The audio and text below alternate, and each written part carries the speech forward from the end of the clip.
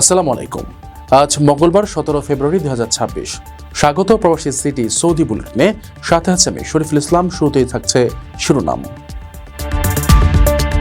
রমজান শুরুর ঘোষণা দিল সৌদি আরব, জানা গেল ঈদের সম্ভাব্য তারিখও। কুমিল্লায় সৌদি প্রবাসী স্ত্রী ও 2 শিশুকে নৃশংসভাবে হত্যা, এলাকা জুড়ে চাঞ্চল্য। সৌদিতে লাইসেন্সবিহীন যাত্রী পরিবহনের নিষেধাজ্ঞা, প্রবাসীদের ভিসা বাতিলের হুঁশিয়ারি।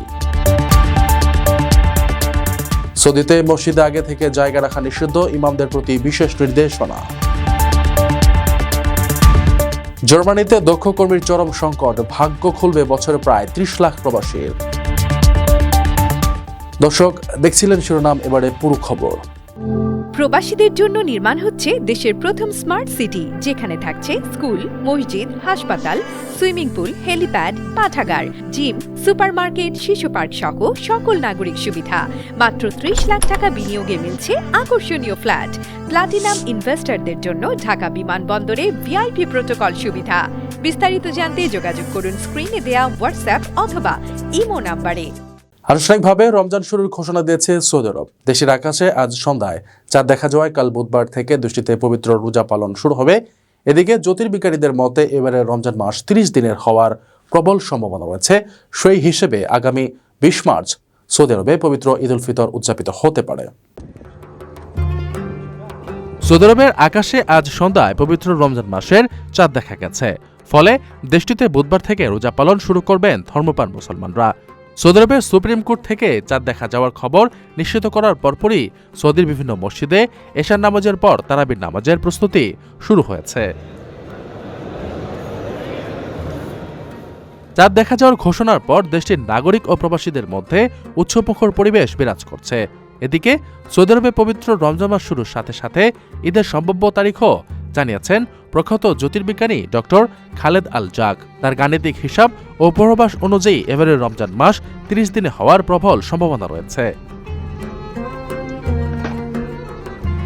জ্যোতির্বিজ্ঞানীদের মতে চন্দ্রমাসের হিসাব অনুযায়ী এবারের রমজান পূর্ণ 30 দিনে হলে সৌদি আরবে পবিত্র ঈদ উল ফিতর উদযাপিত হবে আগামী 20 মার্চ শুক্রবার। ডক্টর খালেদ আল জাক তার পর্যবেক্ষণে উল্লেখ করেছেন, এবারের রমজান শীত মৌসুমে হওয়ায় দিন অপেক্ষাকৃত ছোট থাকবে, যা রোজাদারদের জন্য বেশ স্বস্তিদায়ক হবে। তিনি এর আগেও বিভিন্ন সময়ে হিজরি মাসের শুরুর তারিখ নিয়ে নিখুঁত পূর্বাভাস দিয়েছিলেন। কুমিল্লার হোমনায় এক সৌদি প্রবাসী স্ত্রী ও 2 শিশুকে কুপিয়ে হত্যার ঘটনায় পুরো এলাকায় শোকের ছায়া নেমে এসেছে। মঙ্গলবার সকালে পুলিশ ঘরের মেঝে থেকে প্রবাসী স্ত্রী পাপে আক্তার, তার 4 বছরের ছেলে এবং 5 বছর বয়সী ভাসুরের ছেলের রক্তাক্ত মরদেহ উদ্ধার করে। ধারণা করা হচ্ছে সোমবার রাতের কোনো এক সময় দুর্বৃত্তরা ঘরে ঢুকে এই নৃশংস হত্যাকাণ্ড চালায়। কুমিল্লার হোমনা উপজেলায় এক সৌদি প্রবাসী স্ত্রী ও 2 শিশুকে ছুরিকাঘাতে নৃশংসভাবে হত্যা করেছে অজ্ঞাত পরিচয় দুর্বৃত্তরা। মঙ্গলবার সকাল 10:30টার দিকে উপজেলার ঘাড়মোড়া ইউনিয়নের মণিপুর গ্রামে জহিরুল ইসলামের বাড়ি থেকে তাদের মরদেহ উদ্ধার করা হয়। নিহতরা হলেন প্রবাসী জহিরুলের স্ত্রী পাপিয়া আক্তার সখী, তার 4 বছরের ছেলে হুসাইন এবং জহিরুলের ভাই সাত্তারের 5 বছরের ছেলে জুবায়ের। পুলিশের স্থানীয়দের তথ্যমতে গত সোমবার রাতে পাপিয়া তার 2 সন্তানকে নিয়ে নিজ ঘরে ঘুমিয়েছিলেন। ধারণা করা হচ্ছে রাতের কোনো এক সময় দুর্বৃত্তরা ঘরে ঢুকে তাদের এলোপাতাড়ি ছুরিকাঘাতে হত্যা করে মেঝেতে ফেলে রেখে যায়। পরদিন সকালে স্থানীয় বাসিন্দারা ঘরের ভেতর মরদেহগুলো পড়ে থাকতে দেখে পুলিশে খবর দেন। খবর পেয়ে হোমনা থানা পুলিশ ঘটনাস্থলে পৌঁছে সুরতহাল প্রতিবেদন শেষে মরদেহ ময়নাতদন্তের জন্য কুমিল্লা মেডিকেল কলেজ হাসপাতালের মর্গে পাঠায়। এই মর্মান্তিক ঘটনায় পুরো এলাকায় শোকের ছায়া নেমে এসেছে। নিহতের স্বজনরা কান্নায় ভেঙে পড়েছেন এবং অপরাধীদের দৃষ্টান্তমূলক শাস্তির দাবি জানিয়েছেন। হোমনা থানার officers incharge OC Murshidul Alam জানান, ঘটনাস্থল থেকে একটি রক্তমাখা ছুরি উদ্ধার করা হয়েছে। হত্যাকাণ্ডের প্রকৃত কারণ ও জড়িতদের শনাক্ত করতে পুলিশ তদন্ত শুরু করেছে। দ্রুতই আসামিদের গ্রেফতার করে আইনের আওতায় আনা হবে বলে আশ্বাস দিয়েছেন তিনি। আপনার স্বপ্নগুলো আকাশ ছুবে প্রবাসীর হেলিকপ্টারের মাধ্যমে। বিয়ে, জন্মদিন অথবা যে কোনো বিশেষ প্রয়োজনে হেলিকপ্টার ভাড়া করতে যোগাযোগ করুন স্ক্রিনে দেয়া নাম্বারে। প্রবাসীর হেলিকপ্টার, নিরাপদ ও সাশ্রয়ী বাহনের বিশ্বস্ত নাম। সৌদি আরবে ব্যক্তিগত গাড়ি ব্যবহার করে অবৈধভাবে যাত্রী পরিবহন বা ভাড়ায় গাড়ি চালানোর বিরুদ্ধে কঠোর অবস্থান নিয়েছে দেশের সরকার। নতুন আইন অনুযায়ী লাইসেন্স ছাড়া যাত্রী পরিবহন করলে চালককে 2,600 রিয়াল জরিমানা করা হবে, আর প্রবাসী চালকরা এই অপরাধ করলে তাদের সোজা নিজ দেশে ফেরত বা ডিপোর্ট করা হবে। সৌদি আরবে ব্যক্তিগত গাড়ি ব্যবহার করে অবৈধভাবে যাত্রী পরিবহনের বিরুদ্ধে আরও কঠোর অবস্থান নিচ্ছে দেশটির সরকার। সম্প্রতি Saudi transport general authority TGA taxi এবং যাত্রী পরিবহন সেবায় নিয়মাবলীতে বড় ধরনের সংশোধনীর প্রস্তাব দিয়েছে। এই নতুন খসড়া অনুযায়ী যদি কোনো ব্যক্তি যথাযথ লাইসেন্স ছাড়া নিজের ব্যক্তিগত গাড়িতে করে গণপরিবহন বা বিমানবন্দরে যাত্রী পরিবহন করেন, তবে তাকে 2,600 রিয়াল জরিমানার মুখোমুখি হতে হবে। মূলত সড়কে শৃঙ্খলা ফেরাতে এবং ভাড়ায় গাড়ি চালানো বন্ধ করতেই এই কঠোর পদক্ষেপ নেওয়া হচ্ছে।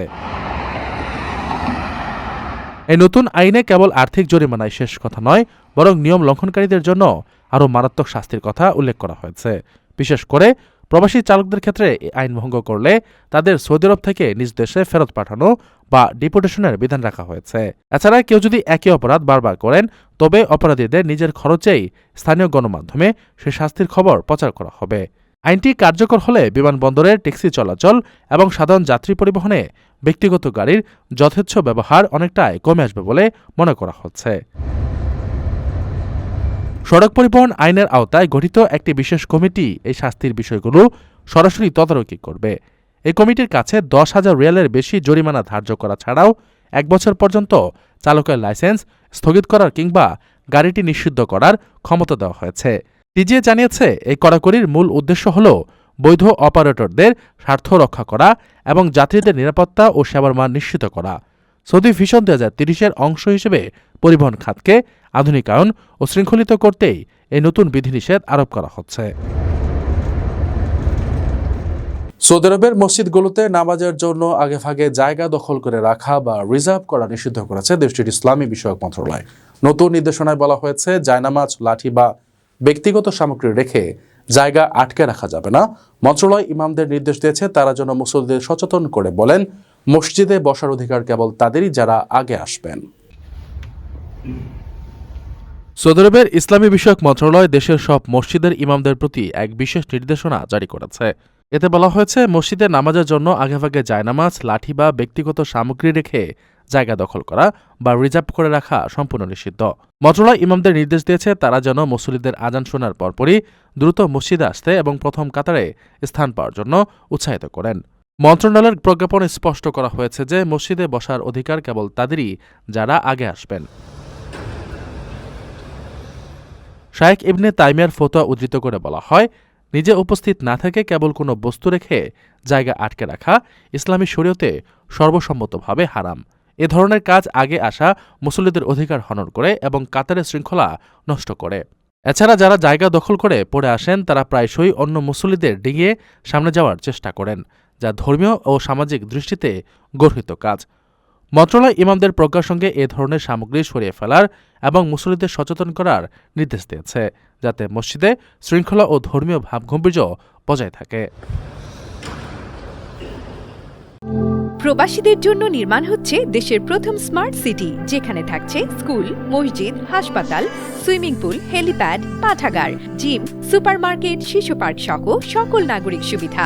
মাত্র 30 লাখ টাকা বিনিয়োগে মিলছে আকর্ষণীয় ফ্ল্যাট। প্লাটিনাম ইনভেস্টরদের জন্য ঢাকা বিমানবন্দরে ভিআইপি প্রোটোকল সুবিধা। বিস্তারিত জানতে যোগাযোগ করুন স্ক্রিনে দেয়া হোয়াটসঅ্যাপ অথবা ইমো নাম্বারে। ইউরোপের দেশ জার্মানিতে দক্ষ কর্মীর চরম সংকট দেখা দিয়েছে। বিশেষ করে নার্সিং, আইটি এবং শিক্ষা খাতে এই শূন্যতা প্রকট আকার ধারণ করেছে। এই সংকট কাটাতে দেশটির প্রতি বছর প্রায় 3 লাখ বিদেশি কর্মী নিয়োগের পরিকল্পনা হাতে নিয়েছে, যা বাংলাদেশি প্রবাসীদের জন্য বড় একটি সুযোগ হতে পারে। যদিও আমলাতান্ত্রিক জটিলতা ও ভিসা প্রক্রিয়ার দীর্ঘসূত্রতা কিছুটা বাধাও হয়ে দাঁড়িয়েছে, তবুও জার্মানি সরকার এই সমস্যার সমাধানে কাজ করছে। জার্মানিতে বর্তমানে দক্ষ কর্মীর চরম সংকট তৈরি হয়েছে, যার ফলে দেশটির প্রতি বছর প্রায় 3 লাখ নতুন অভিবাসী পেশাজীবী নিয়োগের লক্ষ্য নির্ধারণ করেছে। বিশেষ করে নার্সিং, আইটি এবং শিক্ষা খাতে এ শূন্যতা সবচেয়ে বেশি। বেবি বুমার প্রজন্মের কর্মীদের বড় একটি অংশ অবসরে চলে যাওয়া এবং দেশটিতে জন্মহার কম হওয়ায় শ্রমবাজারের এই ভারসাম্যহীনতা প্রকট রূপ নিয়েছে। এই শূন্যস্থান পূরণে বর্তমানে ভারতসহ বিভিন্ন দেশের তরুণরা জার্মান ভাষা শিখে দেশটিতে যাওয়ার প্রস্তুতি নিচ্ছেন। তবে দক্ষ কর্মীর চাহিদা থাকলেও নিয়োগ প্রক্রিয়ায় নানা আমলাতান্ত্রিক জটিলতা ও প্রশাসনিক ধীরগতি বড় বাধা হয়ে দাঁড়িয়েছে। অনেক বিদেশি কর্মী জার্মানিতে বছরের পর বছর অবস্থান করেও স্থায়ী কর্মসংস্থানের অনুমতি বা ভিসা জটিলতায় ভুগছেন। জার্মানির 16টি রাজ্যের ভিন্ন ভিন্ন নিয়ম এবং ডিজিটাল ব্যবস্থার অভাব এই সমস্যাকে আরও জটিল করে তুলেছে। কোলন বা নিউরেমবার্গের মতো শহরগুলোতে অভিবাসন আইনজীবীরাও এই কাঠামোগত দীর্ঘসূত্রতা নিয়ে উদ্বেগ প্রকাশ করেছেন। দীর্ঘমেয়াদে এই সংকট মোকাবিলা না করলে জার্মানদের জীবনযাত্রার মান কমে যাওয়ার আশঙ্কা করছেন অর্থনীতিবিদরা। পাশাপাশি অভিবাসন নীতি নিয়ে দেশটিতে রাজনৈতিক অস্থিরতা ও উগ্র ডানপন্থী দলগুলোর উত্থান বিদেশি কর্মীদের মধ্যে বড় বৈষম্য ও নিরাপত্তাহীনতার ভয় তৈরি করেছে। বর্তমানে দেশটির হাসপাতাল ও ক্লিনিকগুলো সরাসরি শিক্ষানবিশ প্রোগ্রাম চালু করে দ্রুত কর্মী আনার চেষ্টা করলেও আবাসন সমস্যা এবং সাংস্কৃতিক মানিয়ে নেওয়ার চ্যালেঞ্জগুলো এখনও রয়ে গেছে। দর্শক, দেখছিলেন প্রবাসী সিটি সৌদি বুলেটিন। শেষ করার আগে শিরোনামগুলো জানিয়ে দিচ্ছি আরও একবার। রমজান শুরুর ঘোষণা দিল সৌদি আরব, জানা গেল ঈদের সম্ভাব্য তারিখও। কুমিল্লায় সৌদি প্রবাসী স্ত্রী ও 2 শিশুকে নৃশংসভাবে হত্যা, এলাকা জুড়ে চাঞ্চল্য। সৌদিতে লাইসেন্সবিহীন যাত্রী পরিবহনের নিষেধাজ্ঞা, প্রবাসীদের ভিসা বাতিলের হুঁশিয়ারি। সৌদিতে মসজিদে আগে থেকে জায়গা রাখা নিষিদ্ধ, ইমামদের প্রতি বিশেষ নির্দেশনা।